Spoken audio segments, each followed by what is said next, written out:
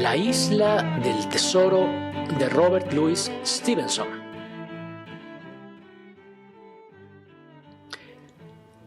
Parte primera. El viejo pirata. 1. Y el viejo marino llegó a la posada del almirante Benbow. El squire Trelawney, el doctor Livesey y algunos otros caballeros me han indicado que ponga por escrito todo lo referente a la isla del tesoro, sin omitir detalle, aunque sin mencionar la posición de la isla, ya que todavía en ella quedan riquezas enterradas, y por ello tomo mi pluma en este año de gracia de 1700, y mi memoria se remonta al tiempo en que mi padre era dueño de la hostería Almirante Benbow, y el viejo curtido navegante, con su rostro cruzado por un sablazo, buscó cobijo para nuestro techo. Lo recuerdo como si fuera ayer. Meciéndose como un navío, llegó a la puerta de la posada, y tras él arrastraba una especie de angarillas, su cofre marino. Era un viejo recio, macizo, alto, con el color de bronce viejo que los océanos dejan en la piel. Su coleta embreada le caía sobre los hombros de una casaca que había sido azul. Tenía las manos agrietadas y llenas de cicatrices con uñas negras y rotas, y el sablazo que cruzaba su mejilla era como un costurón de siniestra blancura. Lo veo otra vez, mirando la ensenada y masticando un silbido. De pronto empezó a cantar aquella antigua canción marinera que después tan a menudo le escucharía. 15 hombres en el cofre del muerto, ja, ja, ja, y una botella de ron. Con aquella voz cascada que parecía afinada en las barras del cabrestante, golpeó en la puerta con un palo, una especie de astil de bichero en que se apoyaba, y cuando acudió mi padre en un tono sin contemplaciones, le pidió que le sirviera un vaso de ron. Cuando se lo trajeron, lo bebió despacio, como hacen los catadores, chasqueando la lengua y sin dejar de mirar a su alrededor, hacia los acantilados, y fijándose en la muestra que se balanceaba sobre la puerta de nuestra posada. «Es una buena rada», dijo entonces, «y una taberna bien situada. ¿Viene mucha gente por aquí, compañero?» Mi padre le respondió que no. Pocos clientes, por desgracia. «Bueno, pues entonces aquí me acomodaré. Tú, compadre», le gritó al hombre que arrastraba las angarillas. «Atraca aquí y echa una mano para subir el cofre. Voy a hospedarme unos días», continuó. «Soy hombre llano. Ron, tocino y huevos es todo lo que quiero. Y aquella roca de allá arriba para ver pasar los barcos. ¿Cuál es mi nombre? Llamadme, capitán. Ya, se me olvidaba. Perdona, camarada». Y arrojó 3 o 4 monedas de oro sobre el umbral. «Ya me avisaréis cuando me haya comido ese dinero», dijo con la misma voz con que podía mandar un barco. Y en verdad, a pesar de su ropa deslucida y sus expresiones indignas, no tenía el aire de un simple marinero, sino la de un piloto o un patrón acostumbrado a ser obedecido o a castigar. El hombre que había aportado las angarillas nos dijo que aquella mañana lo vieron apearse de la diligencia delante del Royal George y que allí se había formado de las hosterías abiertas a lo largo de la costa. Y supongo que le dieron buenas referencias de la nuestra, sobre todo lo solitario de su emplazamiento, y por eso la había preferido para instalarse. Fue lo que supimos de él. Era un hombre reservado, taciturno. Durante el día vagabundeaba en torno a la ensenada o por los acantilados, con un catalejo de latón bajo el brazo, y la velada solía pasarla sentado en un rincón junto al fuego, bebiendo el ron más fuerte con un poco de agua. Casi nunca respondía cuando se le hablaba, solo erguía la cabeza y resoplaba por la nariz como un cuerno de niebla. Por lo que tanto nosotros como los clientes habituales pronto aprendimos a no meternos con él. Cada día, al volver de su caminata, preguntaba si había pasado por el camino algún hombre con aspecto de marino. Al principio pensamos que echaba de menos la compañía de gente de su condición, pero después caímos en la cuenta de que precisamente lo que trataba era de esquivarla. Cuando algún marinero entraba en la Almirante Benbow, como de tiempo en tiempo solían hacer los que se encaminaban a Bristol por la carretera de la costa, él espiaba antes de pasar a la cocina, por entre las cortinas de la puerta, y siempre permaneció callado como un muerto en presencia de los forasteros. Yo era el único para quien su comportamiento era explicable, pues en cierto modo participaba de sus alarmas. Un día me había llevado aparte y me prometió 4 peniques de plata cada 1 de mes si tenía el ojo avisor para informarle de la llegada de un marino con una sola pierna. Muchas veces, al llegar el día convenido y exigirle yo lo pactado, me soltaba un tremendo bufido mirándome con tal cólera que llegaba a inspirarme temor. Pero, antes de acabar la semana, parecía pensarlo mejor y me daba mis 4 peniques y me repetía la orden de estar alerta ante la llegada del marino con una sola pierna. No es necesario que diga cómo mis sueños se poblaron de las más terribles imágenes del mutilado. En noches de borrasca, cuando el viento sacudía hasta las raíces de la casa y la marejada rugía en la cala rompiendo contra los acantilados, se me aparecía con 1000 formas distintas y las más diabólicas expresiones. Unas veces con su pierna cercenada por la rodilla, otras por la cadera. En ocasiones era un ser monstruoso de una única pierna que le nacía del centro del tronco. Yo le veía en la peor de mis pesadillas correr y perseguirme saltando estancadas y zanjas. Bien echadas las cuentas, qué caro pagué mis 4 peniques con tan espantosas visiones. Pero, aún aterrado por la imagen de aquel marino con una sola pierna, yo era, de cuantos trataban al capitán, quizá el que menos miedo le tuviera. En las noches en que bebía más ron de lo que su cabeza podía aguantar, cantaba sus viejas canciones marineras, impías y salvajes, ajeno a cuantos lo rodeábamos. En ocasiones pedía una ronda para todos los presentes y obligaba a la atemorizada clientela a escuchar llenos de pánico sus historias y a corear sus cantos. Cuántas noches sentí estremecerse la casa con su ja, ja, ja y una botella de ron, que todos los asistentes se apresuraban a acompañar, a cual más fuerte por temor a despertar su ira.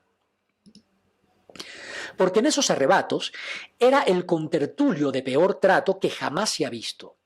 Daba puñetazos en la mesa para imponer silencio a todos y estallaba enfurecido tanto si alguien lo interrumpía como si no, pues sospechaba que el coro no seguía su relato con interés. Tampoco permitía que nadie abandonase la hostería hasta que él, empapado de ron, se levantaba soñoliento y dando tumbos se encaminaba hacia su lecho. Y aun con esto, lo que más asustaba a la gente eran las historias que contaba. Terroríficos relatos donde desfilaban ahorcados, condenados que pasaban por la plancha, temporales de alta mar, leyendas de la isla de la Tortuga y otros siniestros parajes de la América española. Según él mismo contaba, había pasado su vida entre la gente más despiadada que Dios lanzó a los mares, y el vocabulario con que se refería a ellos en sus relatos escandalizaba a nuestros sencillos vecinos, tanto como los crímenes que describía. Mi padre aseguraba que aquel hombre sería la ruina de nuestra posada, porque pronto la gente se cansaría de venir para sufrir humillaciones y luego terminar la noche sobrecogida de pavor. Pero yo tengo para mí que su presencia nos fue de provecho, porque los clientes, que al principio se sentían atemorizados, luego, en el fondo, encontraban deleite. Era una fuente de emociones que rompía la calma vida en aquella comarca. Y había incluso algunos de entre los mozos que hablaban de él con admiración, diciendo que era un verdadero lobo de mar y un viejo tiburón y otros apelativos por el estilo. Y afirmaban que hombres como aquel habían ganado para Inglaterra su reputación en el mar. Hay que decir que, a pesar de todo, hizo cuanto pudo por arruinarnos, porque semana tras semana y después mes tras mes continuó bajo nuestro techo, aunque desde hacía mucho ya su dinero se había gastado. Y, cuando mi padre reunía el valor preciso para conminarle a que nos diera más, El capitán soltaba un bufido que no parecía humano y clavaba los ojos en mi padre tan fieramente que el pobre, aterrado, salía a escape de la estancia. ¿Cuántas veces le he visto, después de una de estas desairadas escenas, retorcerse las manos de desesperación? Y estoy convencido de que el enojo y el miedo en que vivió ese tiempo contribuyeron a acelerar su prematura y desdichada muerte. En todo el tiempo que vivió con nosotros no mudó el capitán su indumentaria, salvo unas medias que compró a un buhonero. Un ala de su sombrero se desprendió un día y así colgada quedó, a pesar de lo enojoso que debió resultar con el viento. Aún veo el deplorable estado de su vieja casaca, que él mismo zurcía arriba en su cuarto, y que al final ya no era sino puros remiendos. Nunca escribió carta alguna y tampoco recibía, ni jamás habló con otra persona que alguno de nuestros vecinos, y aun con estos cuando estaba bastante borracho de ron. Nunca pudimos sorprender abierto su cofre de marino. Tan solo en una ocasión, alguien se atrevió a hacerle frente, y ocurrió ya cerca de su final, y cuando el de mi padre estaba también cercano, consumiéndose en la postración que acabó con su vida. El doctor Livesey había llegado al atardecer para visitar a mi padre, y, después de tomar un refrigerio que le ofreció mi padre, pasó a la sala a fumar una pipa mientras aguardaba a que trajesen su caballo desde el caserío, pues en la vieja Benbow no teníamos establo. Entré con él y recuerdo cuánto me chocó el contraste que hacía el pulcro aseado doctor con su peluca empolvada y sus brillantes ojos negros y exquisitos modales con nuestros rústicos vecinos. Pero sobre todo, el que hacía con aquella especie de inmundo legañoso y espantapájaros, que era lo que realmente parecía nuestro desvalijador, tirado sobre la mesa y abotargado por el ron. Pero súbitamente el capitán levantó los ojos y rompió a cantar. 15 hombres en el cofre del muerto, ja, ja, ja, y una botella de ron. Y el ron y Satanás se llevaron al resto, ja, ja, ja, y una botella de ron. Al principio yo había imaginado que el cofre del muerto debía ser aquel enorme baúl que estaba arriba en el cuarto frontero. Y esa idea anduvo en mis pesadillas mezclada con las imágenes del marino con una sola pierna. Pero a aquellas alturas de la historia no reparábamos mucho en la canción y solamente era una novedad para el doctor Livesey, al que por cierto no le causó un agradable efecto, ya que pude observar cómo levantaba por un instante su mirada cargada de enojo.